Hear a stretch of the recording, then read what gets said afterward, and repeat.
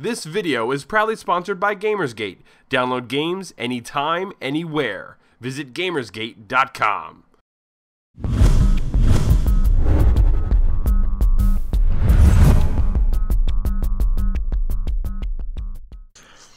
Welcome to Elder Geeks Elder Speak. Today is Monday, April 9th, 2012. Today in the background, hopefully you're going to be seeing some footage from Xenoblade Chronicles. I just got a copy of it in my hands literally 5 minutes ago through the mail, so with any luck I'll have my Wii up and running and we can actually get you guys some gameplay footage from there. Today on the show with me, once again, I have Gavin Green, who is our news editor from ElderGeek.com. Gavin, how was your weekend? It was alright. How was yours? Fast, and I kind of wish that it was a 3-day weekend, but you know, sadly it's not. Ready for the news? Absolutely, bring it on. There are some dirty rumors floating around that there is going to be a GTA 5 release actually this October, as opposed to, say, 2013, which is what everybody was kind of speculating. I personally would have liked to have seen a May 2013 release date. There's already a ton of games that are already coming out this holiday season, so I would like a break from the holiday season big releases. What are your thoughts on all this?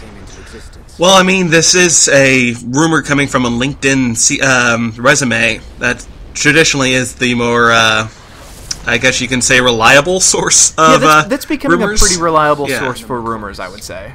And I would say this October, if they wanted to launch this year, which I, like you, I'm not sure I agree with them with, but this would be the best time of the year to do it with. Looking up at the releases, their main competition for October would be BioShock Infinite and Assassin's Creed 3, both of which, a Grand Theft Auto game could beat out of the water, no problem, and it would be coming in almost maybe even a month before the next Call of Duty, which should give it its leeway in terms of sales. So it seems like a good financial decision. I'm just like you. I'm not so sure the crowded holiday release will be appreciated by the fans. Yeah, I'm absolutely tired of the crowded holiday release schedule. I mean, it really drives me nuts. I know it's been that way for years, but for the past 3 releases that Rockstar has done, I've grown to really appreciate their summer releases. I think I've liked their games more because they've been summer releases, like GTA 4, Red Dead Redemption, and L.A. Noire. I appreciated them, I think, so much more just because they were in the summer. In the summertime, there are fewer games to play, and so when a gem comes out in the summertime, they seem to shine much brighter. Absolutely. Not to mention, May this year, they're launching Max Payne 3. Not quite summer, but within that same quarter. Yeah, I guess they probably don't want to fight with themselves. No, but like you said, putting it to May of next year wouldn't be fighting themselves either. But That's true.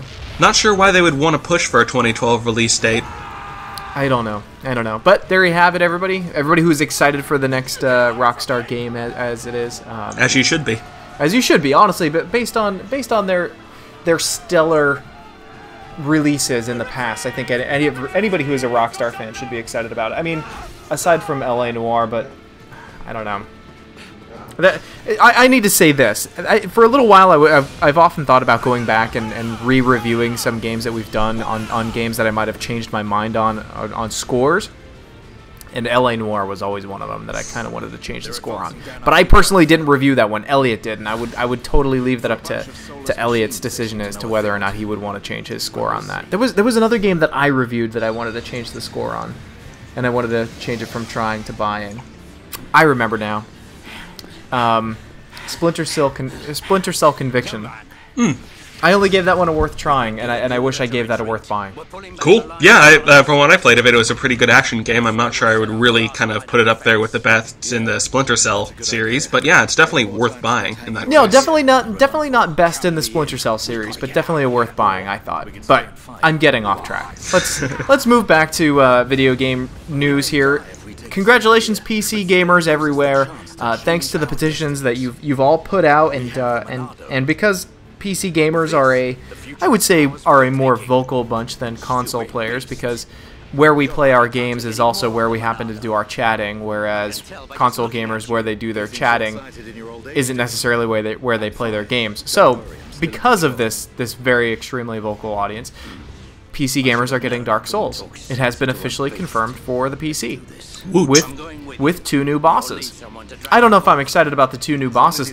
I would like for them to have said, hey, and we're going to flesh out the story a little bit so it's not so convoluted this time around. Or, you know, so you don't have to read external manuals to understand what is going on exactly. But it is very exciting news for PC players.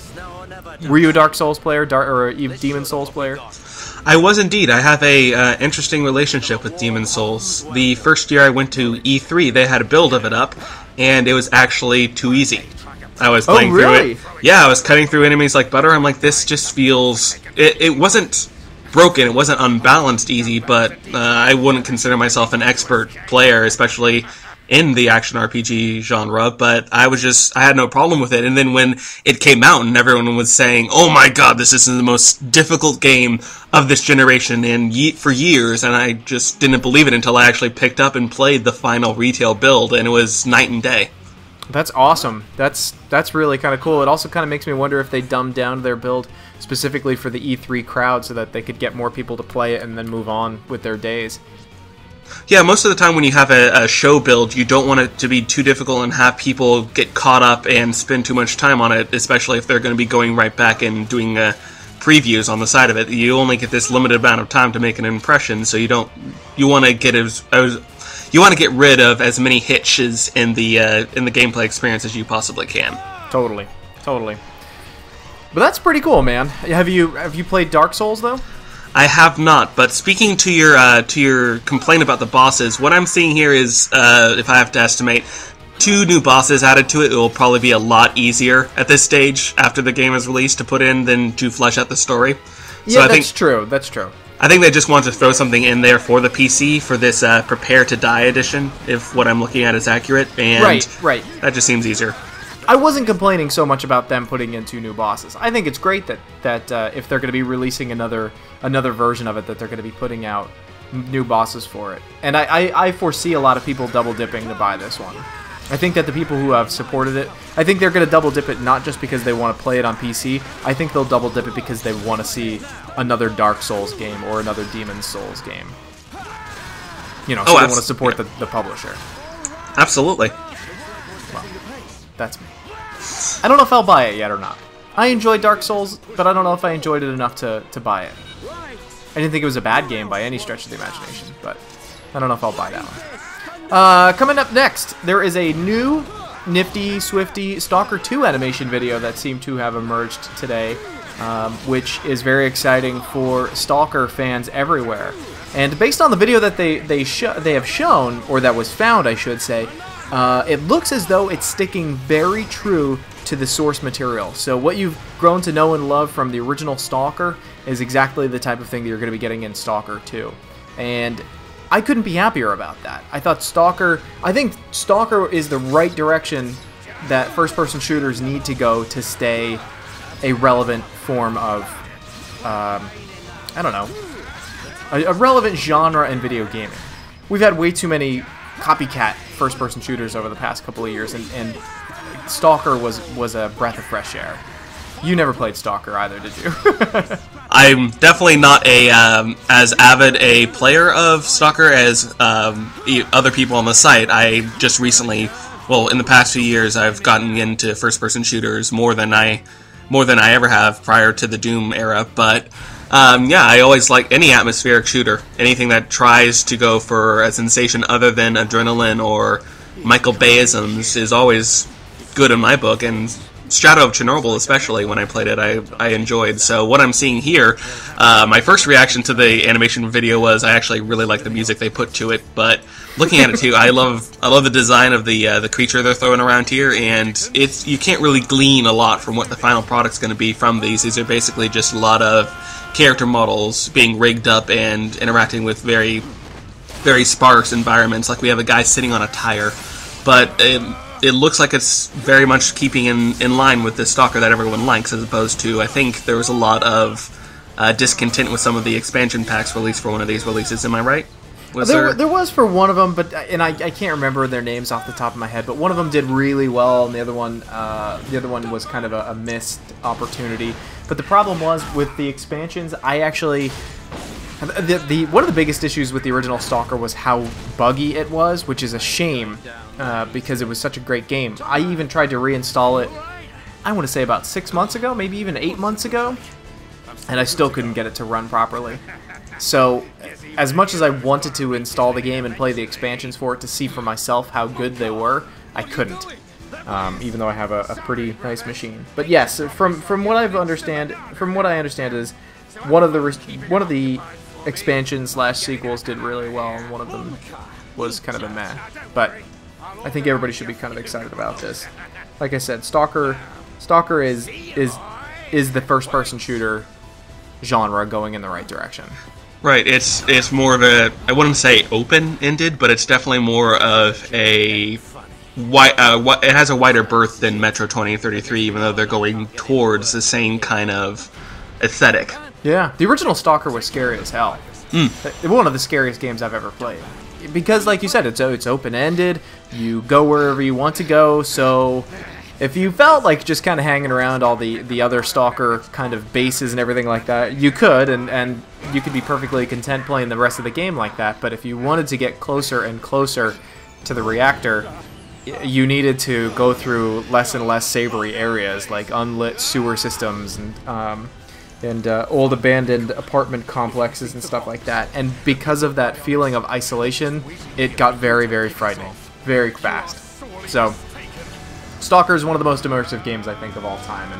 But I kind of want to rush through the rest of this. I only have one final little item to actually go through, and then we'll call it quits for today. I had a little bit of a long show on Friday, and I apologize about that for everybody. But coming from a comment from Ouroboros Choked, he wrote, "Randy, I don't know if you read these. By the way, I read all of these. Every comment that we actually get goes into an email account that I check every day, a few times a day, just to kind of see who comments on stuff, who likes stuff, who doesn't like stuff, etc., etc. So if you ever leave a comment on any of our videos, I probably read them all. I might not have the time to reply to them all.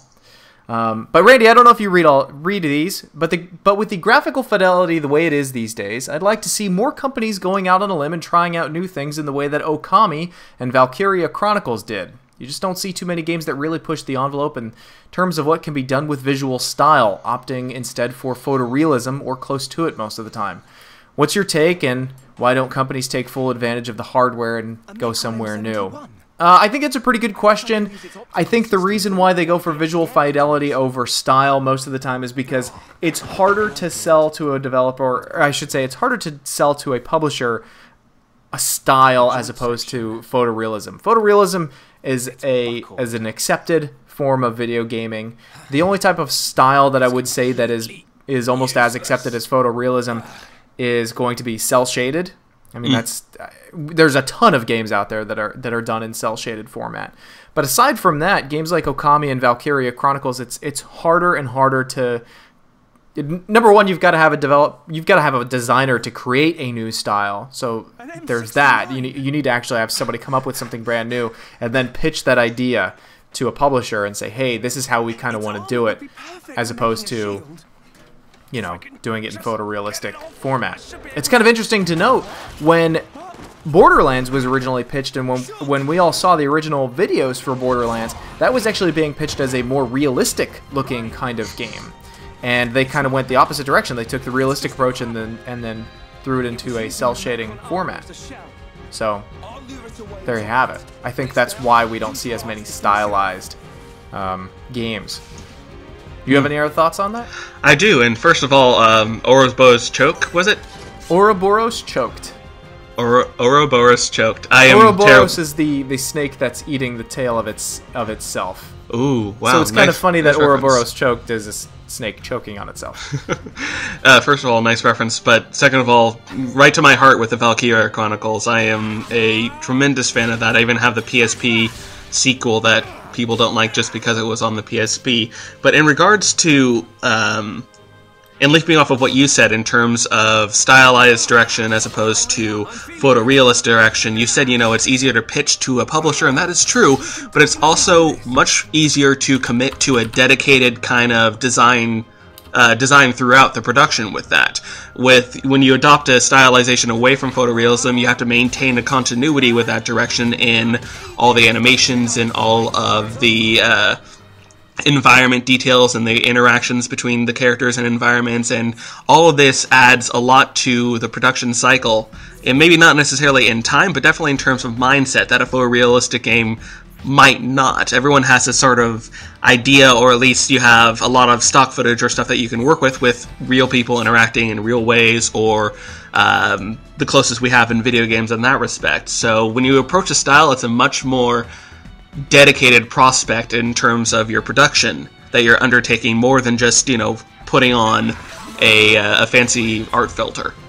Yeah, I think it also needs to take into account the storyline as well. Absolutely. I mean, you can't have a springy, happy-go-lucky kind of art style and then have a very serious storyline behind it. So the two have to sync up. I mean, you could intentionally do that to create some kind of, I don't know, ironic statement, but for the most part, the two need to kind of sync up. I can think of a game where it didn't sync up very well was God, I'm gonna probably say the wrong name. Xenosaga 3. I'm turning around to look at my... Yeah, Xenosaga 3.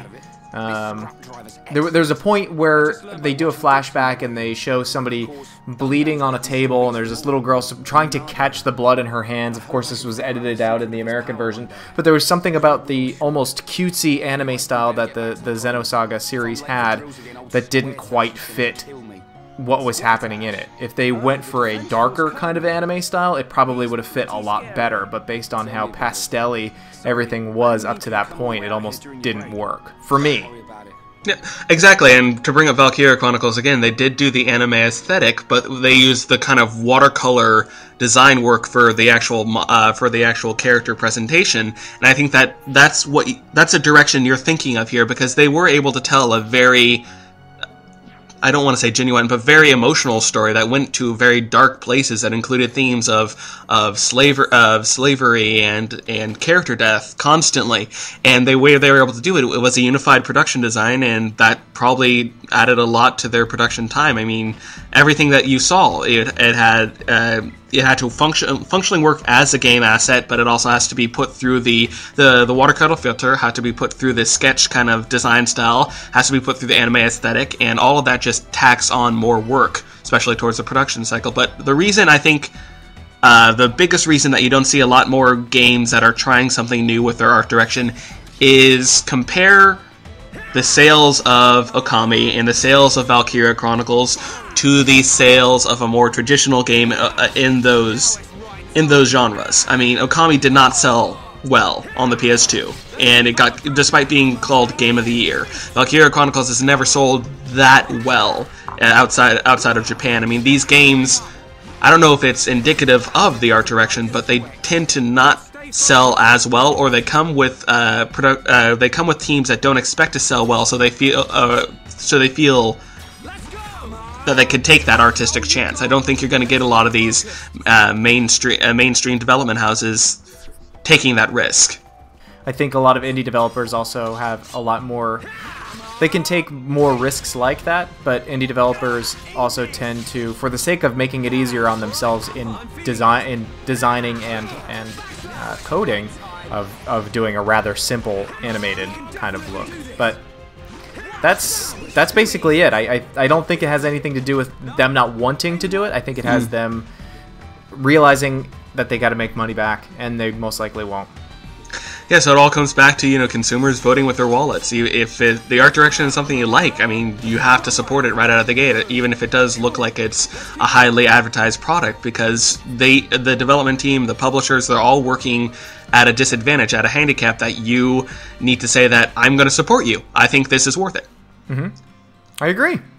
Gavin, thanks for being on the show today, man. Thanks for having me back. I appreciate it. I always value your input as well. Everybody, thanks for tuning in to the news today. As always, if you have any questions, feel free to send me any emails to info@elder-geek.com. Follow us on Facebook, follow us on Twitter, and as always, be sure to hit us up on elder-geek.com as well, where you can leave comments there. And just a hint, I will more likely than not read your emails online on here if you actually leave me a comment on the site as well. And just to reiterate again, I am looking for somebody to review comics for the website.